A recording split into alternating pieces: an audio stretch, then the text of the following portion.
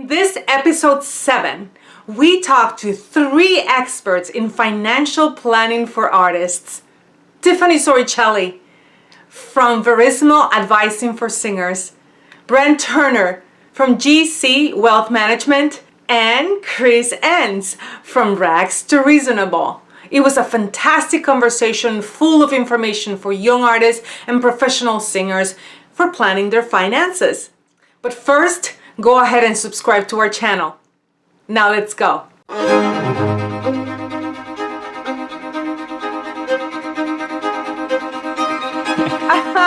So very good. So let's have a time for each of you to tell me your story. Who are you? How did you get where you are? And what's your financial planning philosophy? I'm very curious before we start to hear that from you. Let's start with Tiffany. Hi. Well, Anna, thank you so much for putting this together. And I'm delighted to be here today. So 5 minutes to give my background. It's an interesting path. I started my career as a singer. I went to the Crane School of Music for performance. And just before my senior year, I decided, management is kind of interesting to me. And so I actually graduated and joined a boutique management firm in Manhattan that I had interned at. This is when I met Anna, 15 years ago. A lot of time ago, yeah. And worked for that management firm. And then shortly thereafter, I started the amazing manager ended up going in a different direction professionally. So I was tasked with facilitating that transition for our artists. Many of them came to your roster. And while doing that, joined another manager to work with them. And then after about almost 2 years there, when everything was said and done and the dust had settled and everybody was rehomed, I was looking for something completely different, just a change of pace, and went to a hedge fund. So I was the second assistant to the owner of a $11 billion hedge fund in New York. It was fascinating. It was very interesting for me to be at the center of the financial world. And then it was 2008. So I had a front row seat to the last recession from a bird's eye view. And then as life has it, I ended up moving upstate with my now husband. We live in New York, where I did a master's degree in music because I missed music being all in finance. I went too far afield, so I had to come back. And while I was there, I was asked to be the executive director of a professional orchestra upstate, the Orchestra of Northern New York. So I ran that orchestra for 3 seasons. I got my master's degree, thinking I would go into teaching, and then there was no teaching jobs in 2010. So my husband and I ended up where we are now, outside of Saratoga Springs in the Capital District of New York. And I did about 10 years of fundraising work for nonprofits, really focusing on the effort that I did at the orchestra and translating that to other statewide institutions.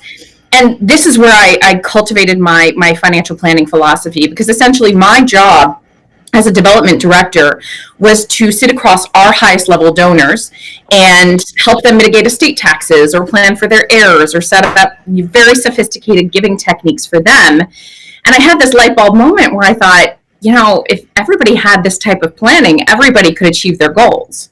So about 5 years ago, I made another left turn and I started my own independent financial planning practice. Now, given my background in the arts and in music, I kept getting referred to many clients who were artists. And about 3 years into that, I was seeing that obstacles are always the same, overcoming, living on an inconsistent income stream, all of the challenges that come with that. And so in 2018, 2 years ago, it'll be 2 years next Monday on the 15th, I opened Virtuoso Advising for Artists. So Virtuoso Advising for Artists is a business and financial education services company dedicated to empowering artists and creative professionals to engage, to lean in on financial and business matters that they maybe were too scared of in the past. So through Virtuoso Advising for Artists, I serve as the business and financial coach to the Lindemann Young Artist Program at the Metropolitan Opera. I've worked with the K. Fritz Young Artist Program at Washington. I've run workshops at other opera companies, Wolf Trap, Siegel Music Colony. I've taught seminars at Eastman and other higher ed institutions, bringing this educational component to young artists. Because at the end of the day, if I can help build a community of financially empowered young artists, I believe that we could change the face of the industry. And so that's where Virtuoso came from. Now, my day job is I'm a full-time wealth advisor at Marshall and Sterling Wealth Advisors. So I have my day job practice, which many of the individuals I work with are artists, and I work with women as well. So I kind of wear two hats that way. Yes. I'm gonna go into the who do you work with the most? So let's go back to let me check on the guys. Let's go with Brent. Brent, tell me your story. Oh my gosh, I don't know if you want to hear my entire story. It's actually very similar to Miss Tiffany's. It was just that my realization was kind of forced upon me at a younger age in terms of the financial need that artists were lacking throughout the entirety of their careers, and that really started in their education. So I started in finance when I was 11 years old because I was brought into it by my mother, who is an actuary, which nobody needs to know what that is unless you really want to know what that is. But she was an actuary at a larger firm in Orlando who found it hard being a woman in the financial world. She kept getting passed over for promotions. She kept getting paid less than all the other guys at her firm, and her firm was growing exponentially outside of Orlando. So she made that giant leap, in the early '90s to go to go it alone, which meant her kids became an invaluable source of free labor when it came to doing mundane tasks in the home as she was trying to build this successful third-party administrative practice. And so my first job when I was 11 was doing data entry for 401k contributions on daycare and dogs. Oh, wow. Which is awesome. And it was terrible. It was the worst after-school job ever. But you know what? I learned more about 401ks between the age of 11 and 14 than I think most people do in their lifetimes. And because of that, I constantly was learning about different types of employer-sponsored plans, why clients were adding to them, who the people that it was really helping. Again, I didn't really want to know all this stuff. I wanted to go sing. I realized that when I did my first show in high school that I wanted to be a singer. I was like, I don't want to do any of that. I want to be on stage and I want to sing. But I kept coming back to it because my mom's firm grew because she had a very good head on her shoulders. And then we learned kind of the investment side of it kind of out of necessity. And because of that, my knowledge base kept growing and growing and growing when it came to finance. And when I got to college, I went to the University of Cincinnati to do my master's.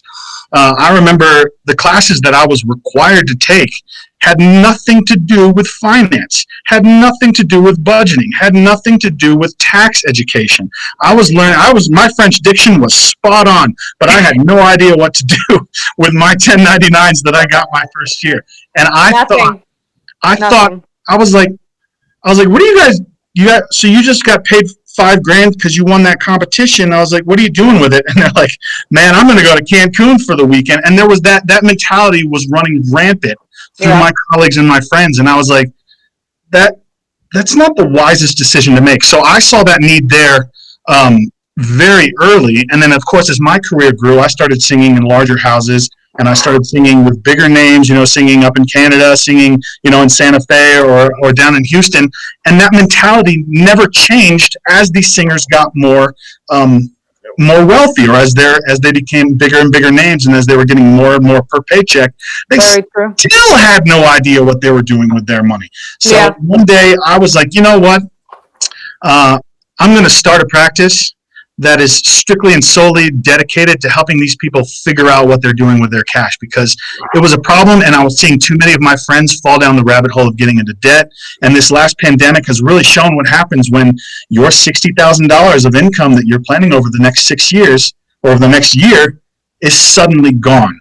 And now you're in this oh my God moment, and you're just face down on the floor. You have no cash, you have no source of income. And this was just like, this is absolutely detrimental to our industry, as we are seeing it happen with opera companies and not just our singers. So I got into this business to really kind of help these people get that education that they should have had in school, that should have been required learning. And of course, through that, I've met very successful entrepreneurs along the way.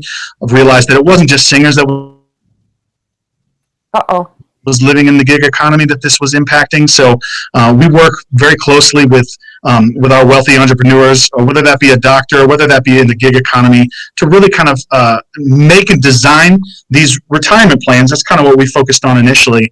That really helped max out their dollars, so they were keeping more in their pocket, but they also didn't have to worry about what was going to happen to them in 6 months, or in a year, or in 20 years. And I work with Kovac Advisors at GC Wealth Management. We now have we're just shy of $1.6 billion under management. So this strategy has been really working to our advantage in terms of getting people to really open up about these conversations and to really take time and to pay themselves first. You need I've heard that a lot, and we'll talk about that in a second, because I think that's a great thing and people don't think about that.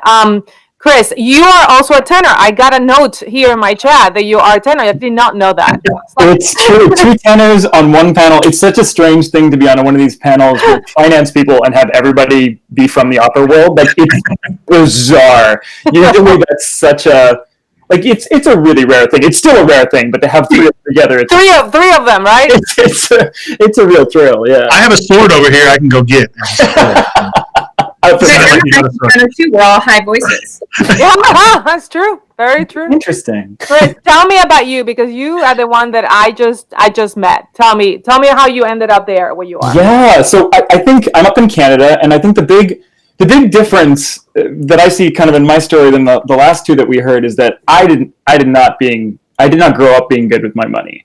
I was a person that just avoided talking about money for as long as possible. I would have not attended a seminar like this. When it came up at a party, I would find my way into another room. I really thought that everybody else understood this, and I was the only one who didn't. And I didn't want to look stupid. And then those beliefs kind of migrated, because it became, I'll figure out money when I make money. And then eventually, the more I kind of got into the arts and became a singer, I was like, oh, I just don't need to be good at this. Artists just aren't good at this. So that's like a free pass for me not to figure out, or even try to figure out, some of these solutions. And so all of my early lessons were just from making a bunch of mistakes. I tanked my credit. I got into a bunch of debt by telling myself I couldn't afford to go to the dentist because, cavities, if you avoid them, oh God, just go away. I know that story. Yes, they become root canals, and they don't become infected root canals, and then anyways. And then I got into a bunch of tax debt, and it was at that point, which was at a point I had started to earn, and all of a sudden that belief of I'll start to figure this out when I make money became, wait, I didn't. And I'm not, and nothing is actually changing. And so I started to look at this part of my life and really start to just face the monster under the bed a little bit. And the thing that was a real surprise to me was it was different than I thought. And for me, who does not still, even though I work at this stuff all the time, I don't feel like numbers are my forte. I don't speak in spreadsheets, although I use them all the time now because sometimes they are the right tool for the job. I'm sorry.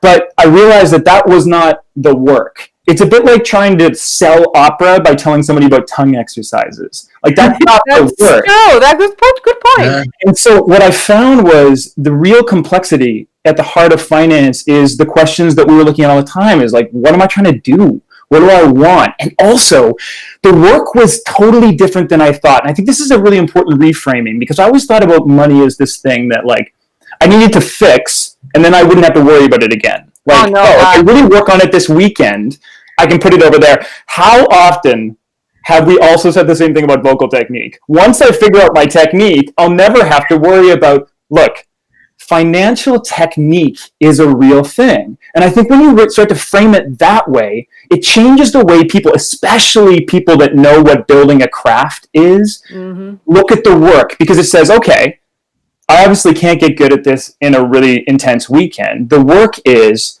how do I make this a regular part of my life? Because it's going to change all the time. Yep. And how do I, instead of getting obsessed with figuring out the exact right answers, how do I figure out what the process is for me to find those answers, so when situations change, I can come back to my technique? Because technique doesn't mean you don't get a cold on opening night.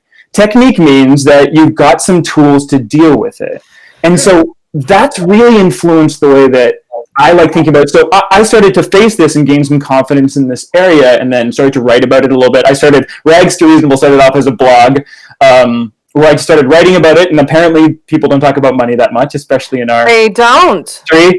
And so people started to ask questions that I didn't know the answers to, and so I started to study and was taking certification courses backstage as we were traveling around the world, and recently just passed my CFP exams. And so working with people more one-on-one and trying to make sure I can keep up with questions and learning what people's questions really are, especially people that live on the periphery, either, both, of the conversation. Because I think that there's a whole bunch of people, and I think a lot of artists fit in this group, that have felt like they don't belong in the financial conversation. No. They felt like money is here, and then the rest of themselves is here. And so what I feel really strongly about is, how do we incorporate money into who we are? How do we make money another way that we speak in the world? And how do we shift the focus of, a lot of us, it's not about wealth maximization. It's about other kinds of maximization. So how do we shift the focus of what money can do for us and make it another tool that we use that? So practically what that means is that I work with people kind of in two big chunks. I work with like financial coaching and financial planning. And so in Canada, I can do both because that's where my technical skills are in Canada. But all over the world, I kind of do financial coaching. So they both fit in. But to me, financial coaching is building stability. I work with lots of people with variable income, trying to just kind of smooth out the stress of that interaction with big spikes or low times, high times, exactly what both of you have been talking about, just in like, that's a major artist thing. So stability, and then planning is about saying, okay, I'm okay now. How can I stretch that feeling out into the future? So how can I create sustainability?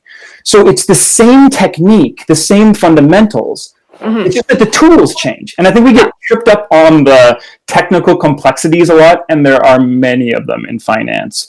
But to know, just as you're getting started and as you're getting centered, that the fundamental questions are the same, whether we're looking at cash flow in the moment and how do you get through this month, even in a pandemic, and how do you do insurance planning, and how do you do long-term planning, and how do you do retirement planning. The core questions are the same. So I find that really interesting, and I think finance is a place that is, it's crying out for storytelling, and it's crying out for creative people to put their voices into this conversation, because as much as finance has to teach creative people have a lot to teach finance too. And so self-pollinating those conversations is what gets me actually excited, and then that's what makes me read the tax code and do the rest of the stuff. You guys are, this is a perfect combo, I gotta say. You guys complement each other very, very well. So let's talk about, okay, so the myths here. The myths are, in order to get a financial planner or a financial advisor, you got to make a lot of money. And 80% of people in the upper business don't make a lot of money. So they're always, I mean, I'm an agent, I'm a manager, I get these questions all the time. I'm not a financial planner. I'm a business person. I know enough that I can manage my business, but they ask me all these questions all the time about financial taxes and all these things. Because they're afraid to talk to a planner. Because they're thinking, oh, they want me to pay all this money and talk about all this amount of money, and I don't make that much. Why would I talk to somebody? Can one of you talk about that myth of, like, do you need to be wealthy to have a financial planner? Well, I think a lot of times, I think the financial planning industry has really capitalized on that. Like, they want people to think that it's like some sort of like distance thing and you can't participate. So yes, it is a myth. You don't have to have a lot of money. Essentially, a good financial planner will meet you where you are and help you articulate and identify where you want to go, and then build the plan along the way. So just like you don't establish a relationship with your medical professional when you're sick, like you go for a healthy visit. You start early on in your life. You go all along your formative years to learn good habits, to take care of your body. Working with an advisor and a trusted financial team is very much like that. You start where you are, and then you build together over time. I know I work with long-term relationships. I'm not interested in transactional relationships because I get very invested in the people that I'm working in. So if we're going to sign up together, like, I'm going to see you through to the end. That's my goal. And there's different types of advisors. There's some that work on like commissions, and they're going to do some planning with you, and they should be able to present to you up front that they get paid a commission if you implement any of their products. And then there's other advisors like myself, and I know Brent works like this too, who pretty much we charge fee-based planning, right? We act as fiduciaries and we do fee-based planning for our clients, not pushing commissionable products, but building plans to help our clients get to where they're going in a very transparent and authentic way. I'd say the best sorry, Anna, the best analogy I can come up probably with our audience is it's if you're a new singer, do you need to go to a voice teacher when you're first learning how to sing, or when you're already an established singer? I'd say that all of those people need to go to a voice teacher to help give them an extra set of ears to listen to what they're doing, to try to make it a little prettier. Finance is no different in that regard. Whether you have $10 in the bank, having another set of ears or another set of eyes look at it and give you their perspective with that background, with that educational background, saying, this is where you are, this is how you get to where you want to go, and this is how you do it, and I will help you along the way to do that, versus somebody who comes in with $3 million. It's no different in terms of that. They're just as emotional. Whether you have $10, whether you have $3 million, that is your nest egg, that is your money. You know, I know people with $50 that are just as, this is mine and I need it to grow, versus $3 million. It's the exact same mentality. So whether you have $10, whether you have $3 million, hiring somebody like one of us or working with somebody like one of us makes sense for everybody in the long run. And like Tiffany said, we want to establish those relationships because we want people to succeed. Everybody who comes in my door and I agree to work with, I want them to be financially independent. I want them to have that peace of mind that comes with, I feel great about my life. Whether that's $1,200 a month in income, my life is suddenly better, or I need $15,000 worth of income, my life is suddenly better. I want you to achieve that. So no, that is definitely a myth. Working with an advisor is just as important as it is working with a teacher or a coach or any other consultant in any other type of industry. I think the only thing to add, and most of the things have been said, is just that a lot of the time that planning and advising gets equated with investments all the time. And they're not always the same thing. No. So when we're talking about planning, there's a whole bunch of big areas. You can talk about insurance and estate and investments and cash flow and debt and also your life in terms of non-financial terms. And so if you're looking for help in your money, it's about finding the right person and the right fit there. And so different things require different kind of resources to make them really valuable. So I think it's worth mentioning that a lot of the time people think, oh, this is somebody who's going to help me to invest. And maybe that's part of it, but it doesn't have to be. No. I help a lot of people pay off their debt, and we never talk about investments necessarily. Like, that's just not part of the first conversations. And so that's worth kind of bringing into the conversation as well. Of course, That is awesome. So let's just talk about COVID. Like, what are you recommending? What are you talking about with your clients right now that there's no money flowing? Go ahead. Well, sorry, I'll tell you with me, because this is what I've been doing all day, every day for the last 2.5 months. COVID has really been hard on a lot of people for a variety of reasons, and I'm not going to go into that because you all know exactly why. But it was really a reflection on whether I did a good enough job educating my clients on where they should have been and the steps they should have taken before this happened. Because we need to talk about, these things do happen. Now, whether it's a pandemic or whether it's a mortgage-backed security crisis or whether the next crisis is going to be that's going to affect your finances or going to affect your work or affect your job, you need to be in a place that's willing, that's able to take a big enough of a hit like the one that we had. And if you can't, then we need to have a conversation. We need to have a different conversation than the ones that we did have. So whether that's, the market went down 47%, I can't lose that much money, I don't feel all of a sudden I have too much agita, then we turn into more like psychologists in that regard rather than money managers. We're there, calm down, it'll be okay, we've talked about what will happen, this is what's going to happen over the long term. And that's why those really long-term relationships like Tiffany was talking about are so important, because if you have that relationship, they will trust you, and that's ultimately what that relationship needs to be built off of, is trust. Because if that client doesn't trust me, then there's no point with them working with me, and vice versa. So that's a good point. But Tiffany, talk to me about young artists. Like, what do they do right now? So like young professionals, they lost all their gigs. I've been working and teaching with the young artists that I work with. I've been checking in with all of the Minnesota young opera young artists that I've worked with this season, doing check-ins, because we all had plans for what the season was going to be and what the summer was going to be, and all of that just fell by the wayside. You know, the thing that I'm really driving home is you got to take care of numero uno. You are the most important person. You have to do whatever is necessary to take care of yourself. And that means taking care of your mental well-being, taking care of your physical well-being, allowing yourself to grieve the fact that this has happened, that this continues to happen, and all of the other things that this country has seen since COVID started. I think it's important to do that. So a lot of what I've been teaching is, you know, we look at the financial best practices, right? Don't create debt, create a lot of savings, all of these things. And I said, okay, go ahead and take those best practices and put them on the shelf. Because right now, you need to take care of yourself. And so let's focus on what you need now.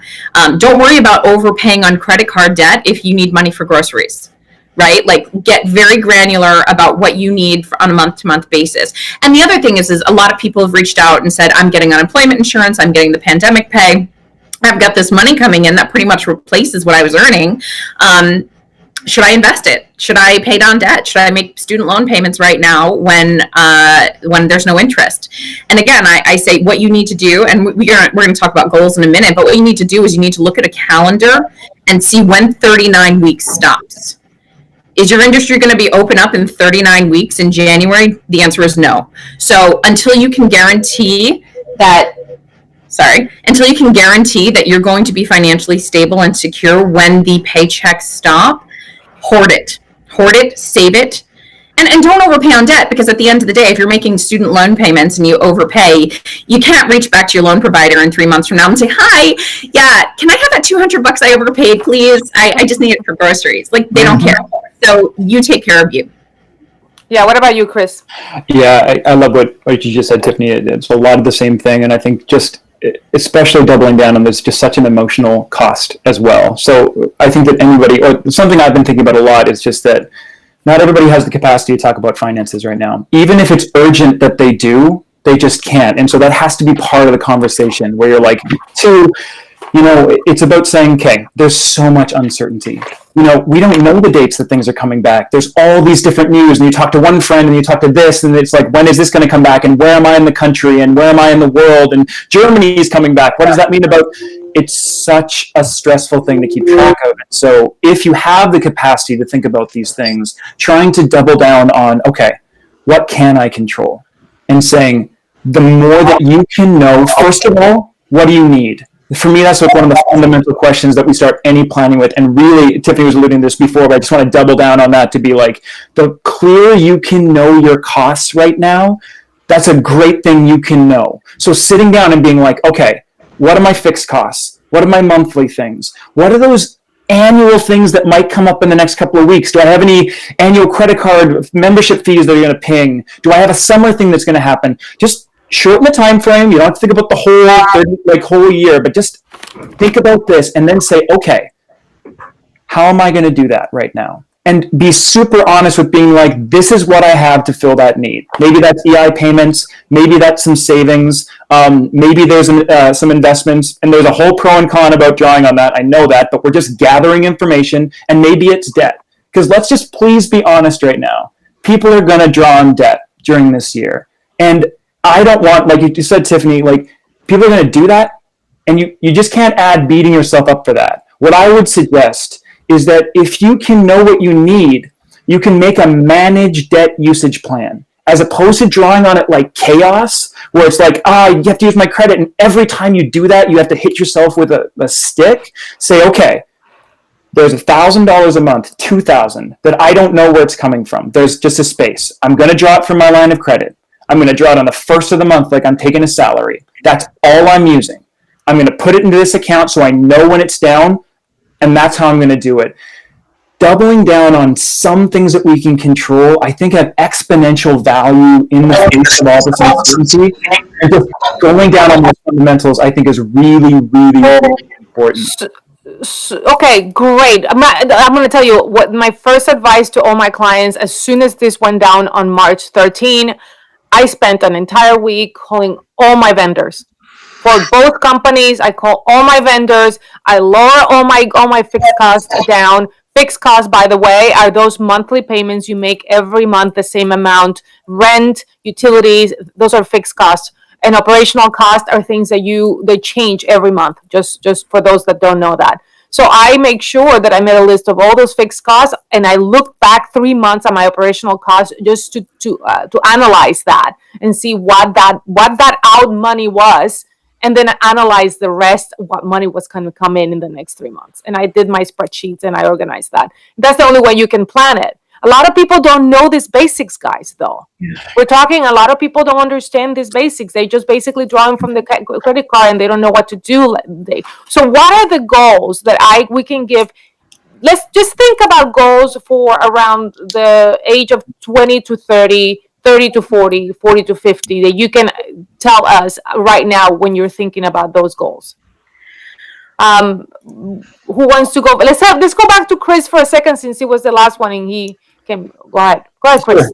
Sure. So I just want to just go back one step, because I think what you said was an awesome thing, and say that a lot of people, we're talking about the basics, and I really do like the usage of the word fundamentals, because it's kind of like breathing and singing. How often do you work on breathing? Your whole dang career. But it's also the first thing. So knowing that just because we're in a pandemic and we're in a crisis situation, it doesn't mean you all of a sudden have skills that you didn't have before. So you can't be unfair to yourself on that, to say, if you're just starting, then it's going to take time. Remember, this is a technique and it's a craft. So what you can do if you're just getting started is literally make those piles that we just talked about. So you're trying to figure out what you need. I always think about Marie Kondo when I think about this, like just putting these 4 different piles of being like, what are my fixed costs? What's the same every month? What else happens every month but is different? So like I separate it a little bit different. Doesn't matter. Make your piles however you want. And then start just exploring that. Your numbers will be wrong, and that's okay. Because one of the things that we say all the time, in both good times and bad, are things like this. I just need to make more. I just need to spend less. And I just wish I had enough. And what we've created is 3 unsolvable problems. More than what? Less than what? And how much is enough? So just exploring that problem is a really good way to start. So that's the starting places. So, and those people can be in their 20s and 30s, 40s and 50s, 50s and 60s. So because different people are at different kind of fundamental levels. So if you're already a cash flow wizard, you do exactly what you were just saying on it. Like, look at your things. You know what they are. Call all the people. What can you reduce? How much you can do? Like Tiffany said, I think cash is flexibility right now. Any extra cash you can sock away, even if we get a miracle and the industry is back in a bigger way, or you have a side job that you can create income, it's going to give you flexibility. It's going to mean that when things get going, you have a running start as opposed to developing something up. So if you're kind of in the middle, great. And if you're past that and you're feeling a little bit more stable and you're wondering, how can I make in this world? How can I create? How can I make a difference with all the other non-COVID things that are happening?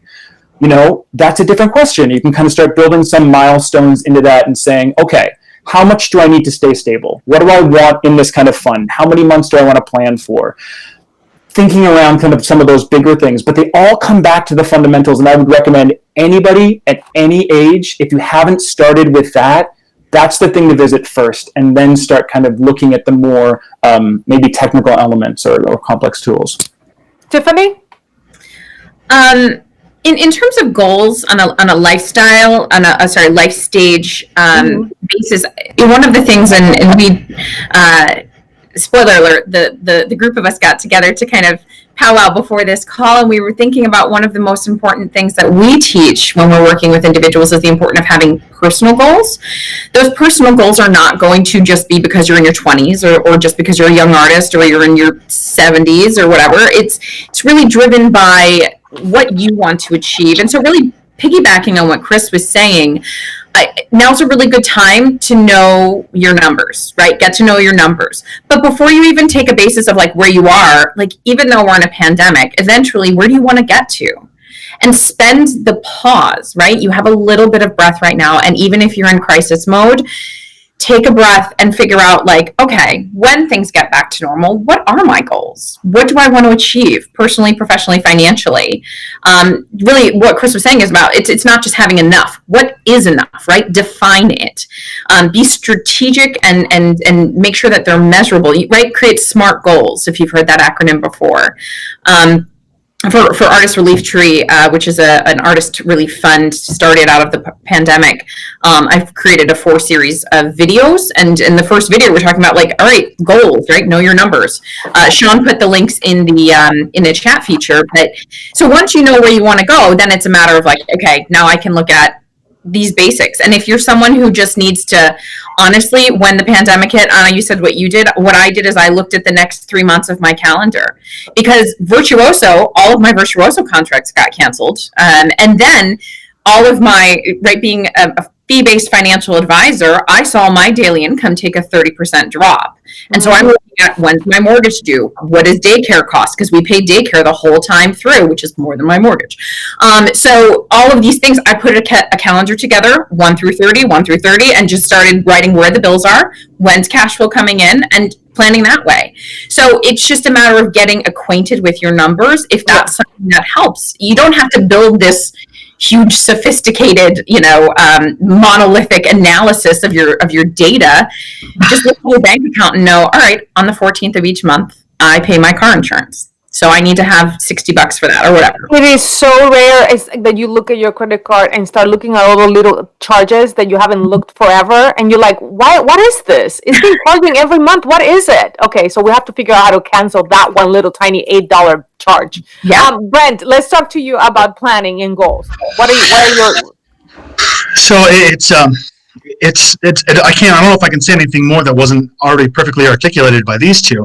But I would say the thing that maybe it wasn't said that I would hit on is allow yourself to take baby steps doing these things, because we're throwing out a lot of information. We're throwing out a lot of know your numbers, and there's a lot of technical things that can get thrown out, and it's easy to get overwhelmed. Chris, you want to leave the room because somebody's talking about finance.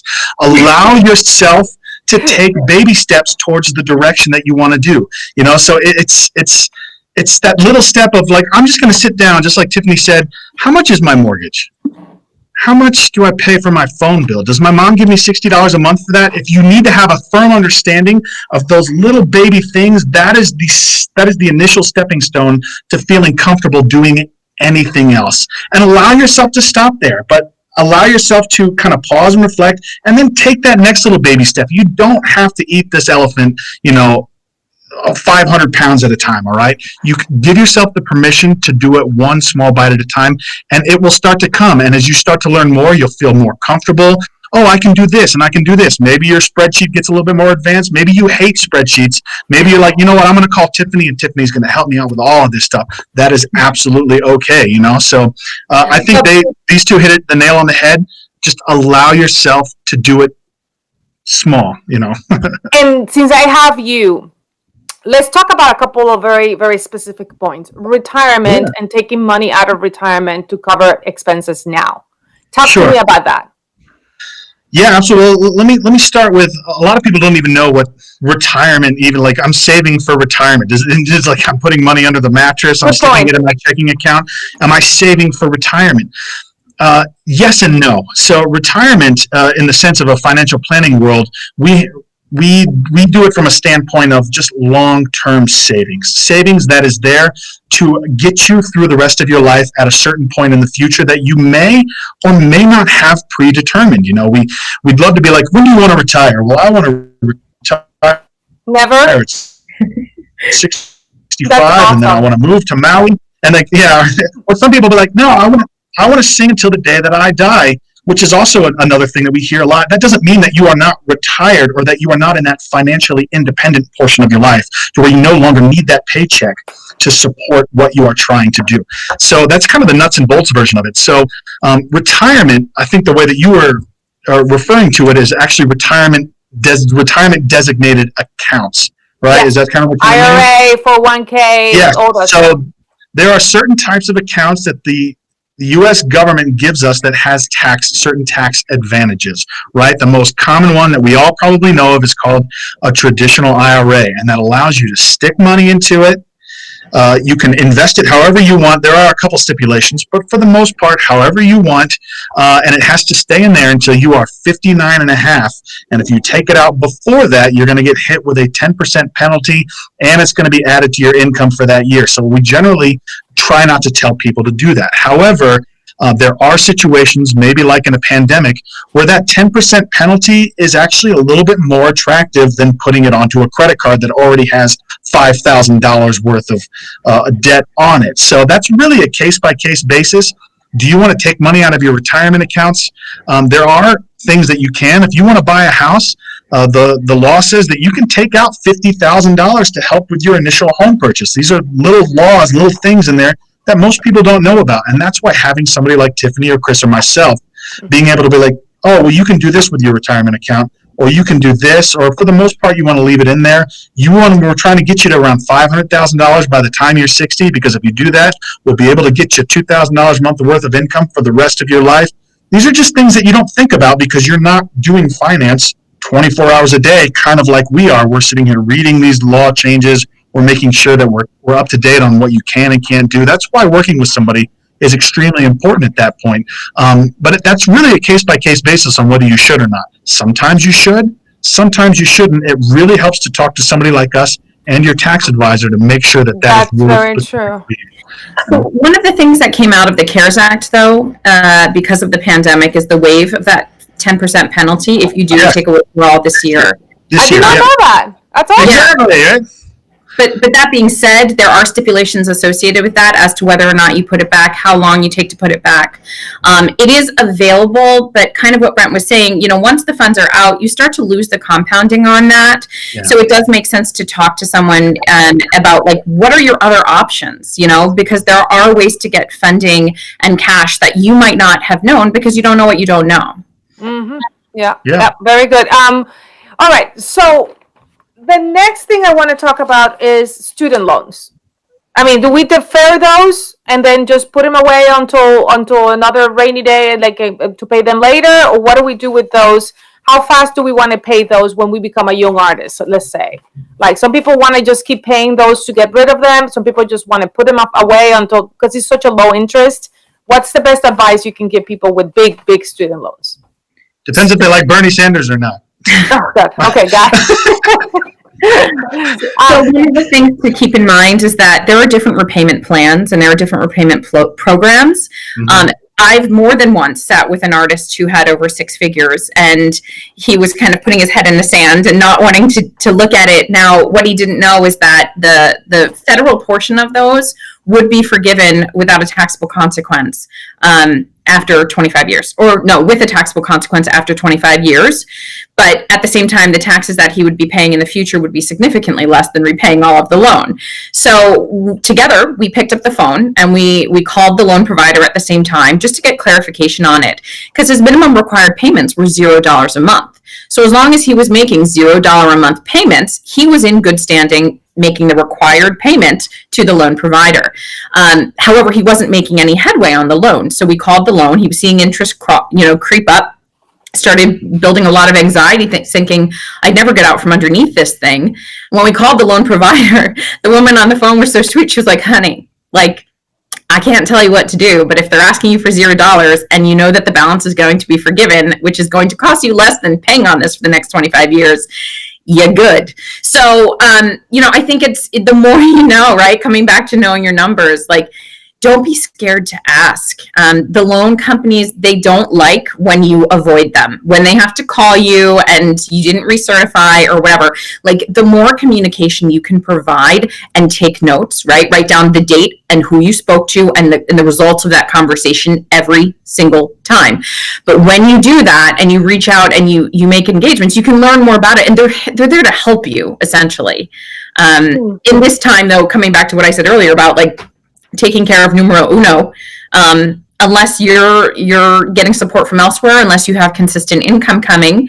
I mean, if you were one of those people who you are still receiving income during this time and it's not unemployment insurance that has an expiration date, and you want to be making extra payments on those student loans or just the required payments during this time, because there's no interest on federal loans at this time, then certainly do that.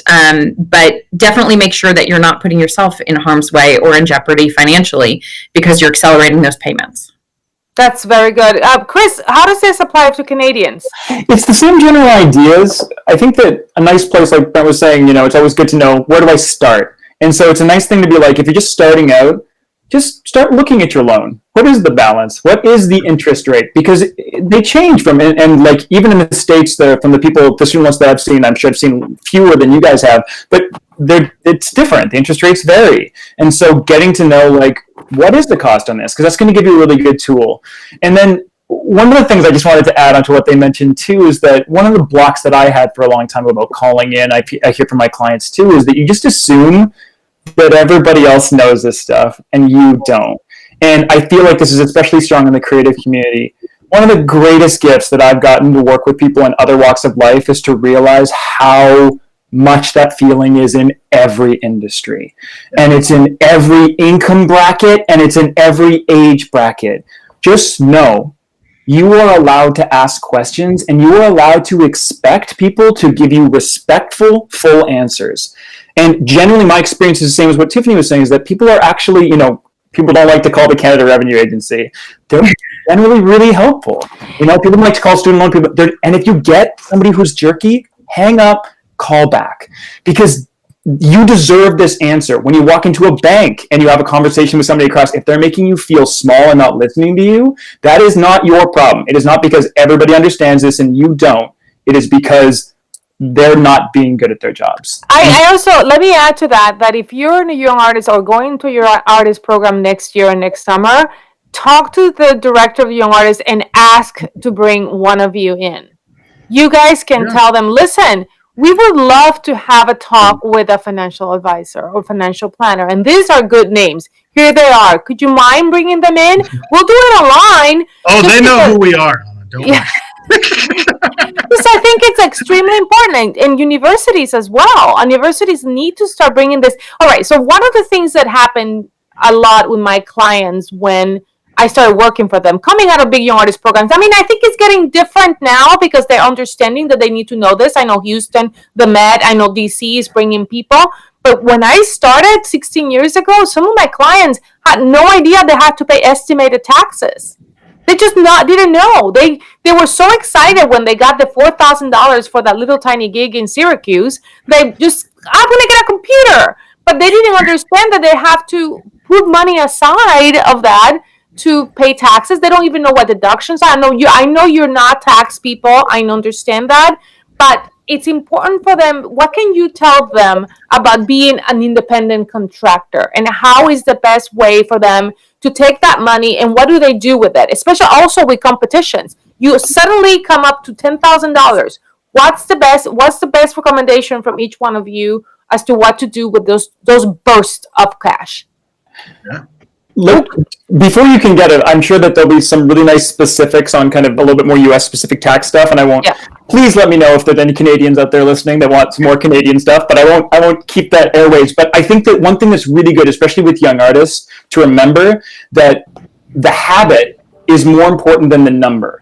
And so just getting used to this fact that you get paid and some of it doesn't belong to you. And so in Canada, a lot of the time when you're not making a lot of money, you might be used to tax refunds, you might not be used to taking, I don't care what you're making. What you can practice right now is when money comes in, taking some amount of that. And even if you need every penny right now, you can practice by taking $1 off, putting it into a side savings account called taxes that you practice not touching. It's so much easier to amplify that habit when you're making more money than creating a brand new habit for it. So if we're talking about getting started with things, that's a really good way to think about it. So it's hard to know how much to take off and all those things, but just know that at the root of that, start the habit, practice that, and then build specificity into it after. Because keeping that tax money separate for me and for my clients, like I can't look at one account and just tell myself, $1,000 in that isn't for me. I need to put it separate. And some people actually like to keep it separate in another bank. They put it in a savings account with a bank they don't see, and that helps them. You know yourself better, but keep it separate. and gonna get you said. That's only one part of the answer is you're saying big lump sums, because some of it's not yours, and then some of it may be. Well, 10% is mine. Just Exactly. No, it's like what part of it is not yours? What part of it belongs to Anna, and what part of it belongs to the government? Most important. And then what part of it belongs to you now, and what part of it belongs to you next month? I think one of my more radical reframings is that for those of you that have found it very hard to save in your lives, I am allowing you to never use the word saving again. Saving's not actually a real thing. It's all spending. It's just a matter of when. So ask yourself, when do I want to use this money? Do I want to use it now? Is it for spending next month? Is it for spending 6 months from now? Is it for spending when I'm 65 or 59 and a half? Or is it for my kids to spend in their lives? no, It's all, fine. it's all meant to be spent. And that sometimes can be an interesting reframe for people that struggle to save generically, put purpose into it. Say, the word saving it just carries a lot of weight. You know what, Tiffany? So actually, in terms of tax planning for artists, one of the things that I really drive home is that you are a business. You're a business person, and you need to start thinking like a business person and behaving like one. Even though you are what you do and there's everything interrelated there, understanding and maximizing your tax deductions is going to save you a lot of money. So being intentional with how you save, but know on the front end about what is a business expense? What do you need to track? What do you need to keep track of? It's going to be posted in the chat. I have a tax prep checklist that I put together with a CPA friend of mine. It's not tax advice, but it's just a master list of all things that artists I've worked with have deducted on their taxes. Anna, the 10% they pay you is deductible, right? Because it shows. And I never get that 1099. I need to get a 1099 from everybody, and nobody gives me one. Yeah. So know what they're responsible to give you, know what they're responsible to take off. But if you earn $50,000 in a year and your expenses at the end of the year are $20,000, and you can support that and itemize it and have the documentation to support it, then you're only going to pay income taxes and self-employment taxes on 30, right? That's significantly less. But if you're not looking at taking those max deductions and really being clear about how you're behaving and being strategic with your taxes, you're going to overpay, which is more money not in your pocket. One thing to bring up though of caution is, when do you not want to reduce your taxes as much as possible? That's when you're trying to qualify for a mortgage or a loan, for a car or a home or something like that. So if in the next couple of years, this comes back to goal setting, right? Know where you're going, know what you want to achieve. If in the next couple of years, you want to make a purchase on a home or something like that, then you don't want to necessarily show next to no income for those years leading up to it. That's the issue. That's the balance. The balance that you always have to play. It's like, do I show a loss? How many years in a row do I show a loss? Otherwise, I can't get credit for anything because I have a loss. Brent, I know you're not allowed to give tax advice and things, but you are also a singer, so you can talk about a little bit of that idea of having to put money aside, independent contractor and things like that. What are your thoughts on that? Of course. Well, it ultimately came back to what Tiffany was talking about earlier, of really knowing my numbers. So I really went back and looked at previous year's tax returns. This is the point of my life. And I kind of get to that point to where my effective tax rate, or for every cent that I pay per the dollar of my taxes, is around 12%. So I know that if I save 12%, or if I put aside 12%, everything I make, I'm kind of basically going to be where I'm at. That's including all of my deductions and all that thing. So I use that as a tool. That's for people who've been singing for a few years, who can really look at their past 3-4 years tax returns and see how much tax they were paying versus exactly what their adjusted gross income is. That'll help give them that number of what they should really be putting aside. So you don't have to guess. Is it 5%? Is it 25%?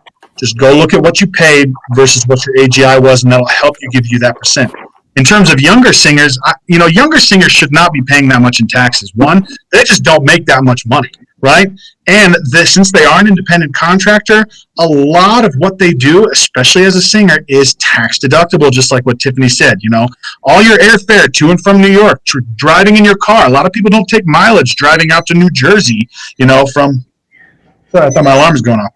Driving out to New Jersey, you get 55 cents for every mile you drive going to an audition, going to a gig, going to a show. Lots of shows, are tax deductible for singers because that is necessary and ordinary, which is what the IRS says needs to be for it to be a qualified business expense. They really need to dig down and talk to somebody like Tiffany or a CPA on what are the actual, and I'm sure that checklist will have all this on here, the one that Tiffany's going to leave in the chat, of what they really can deduct. And, for the average New York singer, it's going to be between $15,000 to $25,000, I've noticed, in deductions, and working with a good CPA, they can get that a little higher, or they can kind of make it to where it needs to be. So, one thing that I learned also that I did not know for many, many years, because I've run my own business like everybody singers out there, is that if after a certain amount of money a year you make, and you pay high taxes with self-employment taxes is high, if you change your entity to an LLC or you incorporate in a different way, some of that can be taken away. You don't have to pay that half of taxes. But again, we're going into tax land now. We're not going to do that. So one piece of advice for people that come into a lot of money suddenly, and they have credit card debt, they have they need a car, they have these things that they're waiting for money to come in. Do they spend it? Do they go ahead and buy that big purchase, or do they? I mean, I'm guessing I'm gonna quote Chris, you just have to put some money for next month and make it work for you later on, correct?